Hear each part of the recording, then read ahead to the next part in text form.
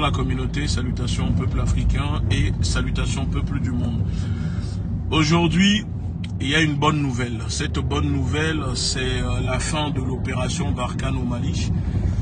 L'armée d'occupation française et ses alliés sont chassés du Mali par les patriotes militaires au pouvoir, que la France ne supporte pas bien évidemment, mais aussi grâce aux mobilisations des peuples africains, des panafricanistes et de la population malienne, la France a décidé de prendre la poudre d'escampette. Parce que Macron cherchait, vous savez, l'excuse pour quitter le Mali et ne pas quitter le Mali avec la honte à 100%. Donc il fallait trouver une petite porte de sortie. Et cette porte de sortie, c'est grâce aux mobilisations, au courage et au brave Premier ministre Choguel et aussi à Assimi Goïta, mais surtout à Choguel, parce que Choguel, le Premier ministre, n'a pas hésité à se sacrifier pour dénoncer cette politique de prédation, cette politique d'exploitation que pratique l'armée française, la France sur les terres maliennes. Donc, c'est une très bonne nouvelle parce que moi-même personnellement, vous savez, pour ceux qui me suivent, vous savez que plusieurs fois nous avons mené des actions ici en France contre le ministère des Armées.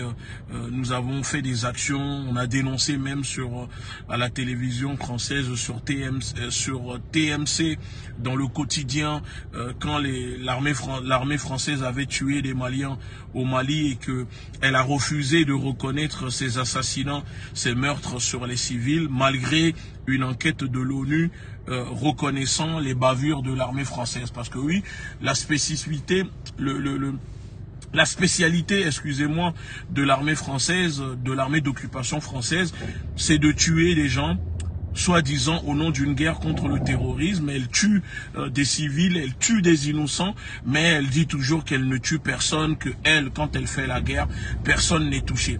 D'où je dis que l'armée française a les mêmes pratiques que l'État islamique. Vous savez, la France a les mêmes pratiques que l'État islamique. Elle vient, elle occupe nos terres, elle tue, elle décapite avec ses bombes, elle tue des bébés, des femmes, et elle dit que elle est là pour protéger. Mais encore une fois, je dis bien, si vous êtes responsable du terrorisme, vous ne pouvez pas venir protéger. Vous savez, la France, comme je le dis et j'assume, la France est un État paresseux et colonialiste. Vous savez, donc il faut savoir que le paresseux cherchera toutes les justifications possibles pour légitimer sa paresse et dire que c'est la faute des autres si elle est incapable et qu'elle n'arrive pas à faire ce qu'il faut faire. Donc aujourd'hui, la France joue sur la peur des Africains avec le terrorisme qu'elle a elle-même créé, car elle sait que la peur permet de tenir un peuple en respect. Elle sait que la peur permet de piller des peuples sans que les peuples ne puissent se défendre. Donc elle joue là-dessus sur le continent africain pour dire aux Africains qu'elle est là pour les protéger, pour les défendre contre le terrorisme. En réalité, la France veut occulter, excusez-moi, notre raison en prenant le contrôle des opinions, en accusant par exemple les Russes de mercenaires qui font des exactions pour provoquer, d'accord, et promouvoir la peur dans la tête, dans l'imaginaire du peuple africain. Et c'est ça, au fait, la guerre informationnelle, la guerre cognitive que mène la France. Donc, la présence de la France au Mali, au Sahel, nous savons tous que ce n'est pas pour lutter contre le terrorisme. La France ne pratique pas une guerre contre le terrorisme. Je vous le dis et je vous assure que la France pratique une guerre économique pour enrichir en réalité les multinationales amies de l'usurier, du négrier Macron-Poléon qui dirige la France et qui n'hésite pas à s'en prendre aux Français, qui n'hésite pas à empoisonner les Français dans les maisons de retraite, les enfants, etc., qui n'hésite pas à matraquer les Français, éborgner les Français, envoyer la police mener une répression très violente, fasciste, contre le peuple français qui est debout et qui demande la démission ou qui demande une meilleure vie sociale. Vous savez, donc, comme la France a pour habitude de propager avec des propagandes mensongères aidées par les machines de propagande comme RFI, France 24 et TV5. Si réellement la France veut aider les États entendants africains à lutter contre le terrorisme, qu'elle-même a créé pour les tenir en respect, pour piller les richesses et les ressources naturelles et faire main basse sur les terres rares sur le continent africain. Si la France est réellement dans l'honnêteté et que la France veut réellement aider ces pays africains à lutter contre le terrorisme, alors nous invitons la France à faire comme elle le fait. Par exemple, en ce moment, vous voyez, en Ukraine, elle envoie des armes, des missiles, des radars, etc. pour pousser l'Ukraine à lutter contre la grande Russie, le cauchemar de la France et son maître, les USA. Donc, si la France veut réellement aider les Africains à lutter contre le terrorisme, nous invitons la France tout simplement à donner des missiles, des avions, des radars, des avions de combat, et plein d'autres aux pays africains, comme d'ailleurs elle le fait aussi avec les terroristes en Syrie. Vous savez, la France n'a pas hésité à livrer des missiles, des armes aux terroristes en Syrie pour faire tomber le président Bachar al-Assad, pour combattre le gouvernement syrien au nom de l'alliance, au nom du partenariat avec les États-Unis, parce que la France est devenue les toutous des États-Unis. Donc quand les États-Unis rentrent en guerre, la France n'a pas le choix que de se jeter dedans, parce qu'elle ne peut pas dire non aux Américains, puisqu'elle n'est pas, la France n'est plus souveraine. Il n'y a plus de souveraineté en France. La France n'est plus souveraine du tout. Elle suit les États-Unis et c'est les États-Unis qui dictent ce qu'elle doit faire. Donc moi j'aimerais vraiment dire au peuple africain, n'ayez crainte, on n'a pas besoin de la France pour défendre nos terres. C'est la France qui est venue créer ce terrorisme. Et chez nous on dit toujours que le marabout qui donne la mort ne peut pas ressusciter. La France qui soutient, finance et forme les terroristes et qui utilise ces groupes armés comme moyen de pression pour tenir les peuples africains en respect, tenir les gouvernements, menacer les gouvernements pour installer des bases militaires, ne peut pas venir parler de paix. La France, à l'heure aujourd'hui, n'est plus garant de moralité pour venir nous parler de paix et de lutte contre le terrorisme.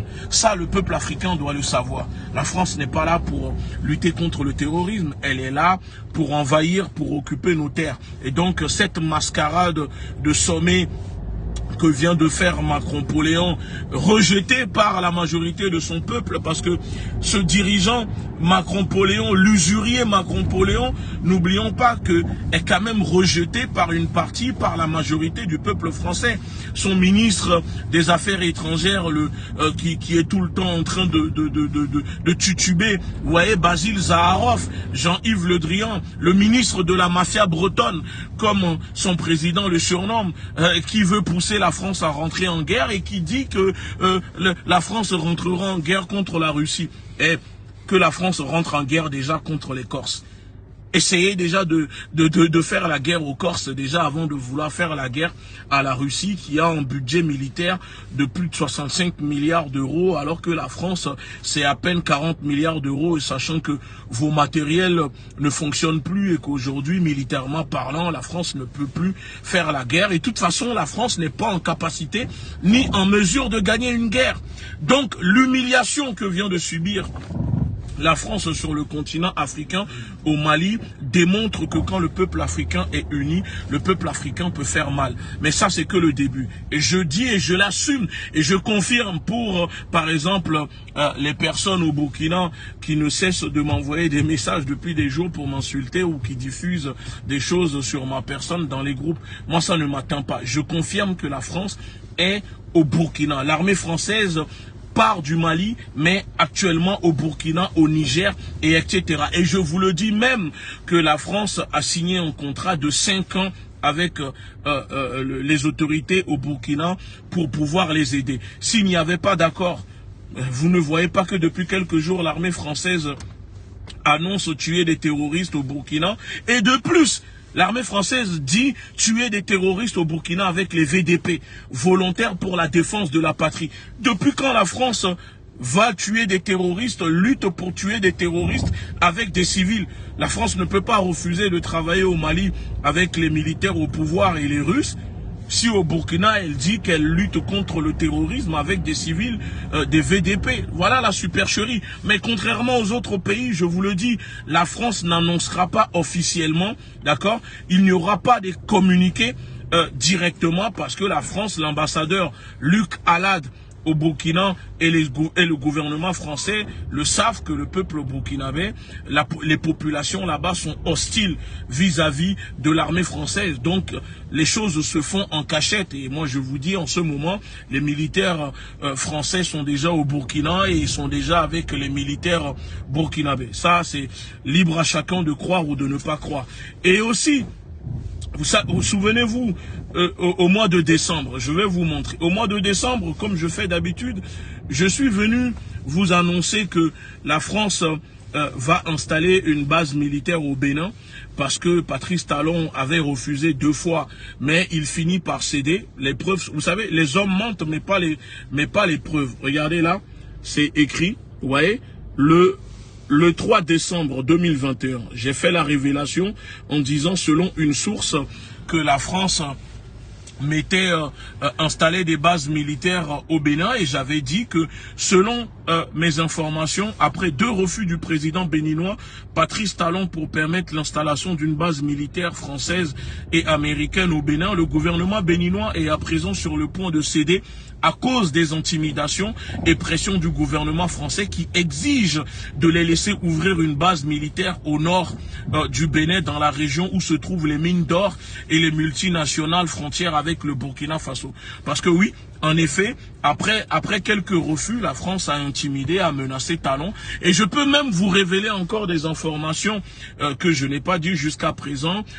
Pourquoi la France installe une base militaire au Bénin? Vous savez, la restitution du patrimoine des œuvres d'art au Bénin fait partie des accords que Patrice Talon a passés avec Macron. C'est-à-dire que le gouvernement français a accepté de remettre les œuvres d'art du royaume du Bénin au président Talon. En échange, Talon devrait accepter l'installation d'une base militaire au Bénin, puisqu'il y a d'autres restitutions à venir. Donc Talon ne peut pas refuser l'installation de cette base militaire au Bénin parce que c'était l'accord passé avec le gouvernement français. Nous sommes au courant, il y a des choses que nous savons que même Patrice Talon, le gouvernement béninois, ne peut pas démentir. Je répète, Talon a passé un accord avec l'État français pour la restitution des œuvres d'art au Bénin. En échange, Talon accepte l'installation de bases militaires de la France au Bénin. Et de toute façon, Talon n'a pas le pouvoir de dire non, parce que il a dit non 2 fois. La France a menacé de déclencher des attaques terroristes. Et vous avez vu, le terrorisme a commencé au Bénin, donc où il y a du terrorisme, etc. Et c'est la même stratégie que la France est en train d'utiliser en ce moment pour s'installer au Togo, pour installer une base permanente au Togo, Golfe de Guinée, parce que là, vous entendez Macron dire que maintenant, les terroristes se déplacent, ne veulent plus être dans le désert, parce que non, il fait trop chaud, bien évidemment. Ils ne veulent plus être dans le désert, ils veulent maintenant aller à la mer, ils veulent l'océan, ils veulent aller nager. Donc maintenant, ils veulent venir prendre les pays de la côte Golfe de Guinée, etc. Donc, tout de suite, Macron est en train de déployer son armée, comme vous voyez, un peu partout au Bénin et au Togo. Voilà la réalité aujourd'hui. Mais en tout cas, nous remercions les autorités maliennes, nous remercions les populations africaines, nous remercions les panafricains qui se battent et qui dénoncent et qui continuent de dénoncer. La France vient de se faire humilier au Mali et de toute façon, elle n'avait pas le choix. Si elle ne quittait pas le Mali allait devenir le Vietnam pour l'armée française. Donc, vaut mieux quitter maintenant. Et je vous ai dit, Macron est en ce moment, il y a les campagnes présidentielles. Macron est très fragile, très sensible en ce moment. Donc, il faut continuer à mettre la pression, déporter le problème de l'Afrique et le ramener ici en France, impulser une politique pro-africaine pour peser dans les campagnes, dans le débat politique ici en France. Il n'y a que comme ça que on peut se faire écouter et se faire entendre. En tout cas, merci à tous. Continuons de nous mobiliser. Merci à ceux qui soutiennent, merci à ceux qui m'envoient des messages. Merci à vous tous. Je vous aime énormément. Nous sommes ensemble. La lutte continue. Et même ceux qui ne nous apprécient pas, merci à vous parce que c'est ensemble que, voilà, grâce aux gens qui nous aiment pas, qui nous relayent, qui nous insultent, peu importe. L'essentiel, c'est l'objectif final, c'est la victoire finale. Et peu importe les méthodes utilisées, tant que le peuple africain se libère de l'emprise du néocolonialisme, de l'impérialisme, et la guerre ne fait que commencer. Restons, comment dire, mobilisés, armons-nous idéologiquement, la révolution est en marche et rien ne pourra l'arrêter. Merci beaucoup. Bonne soirée.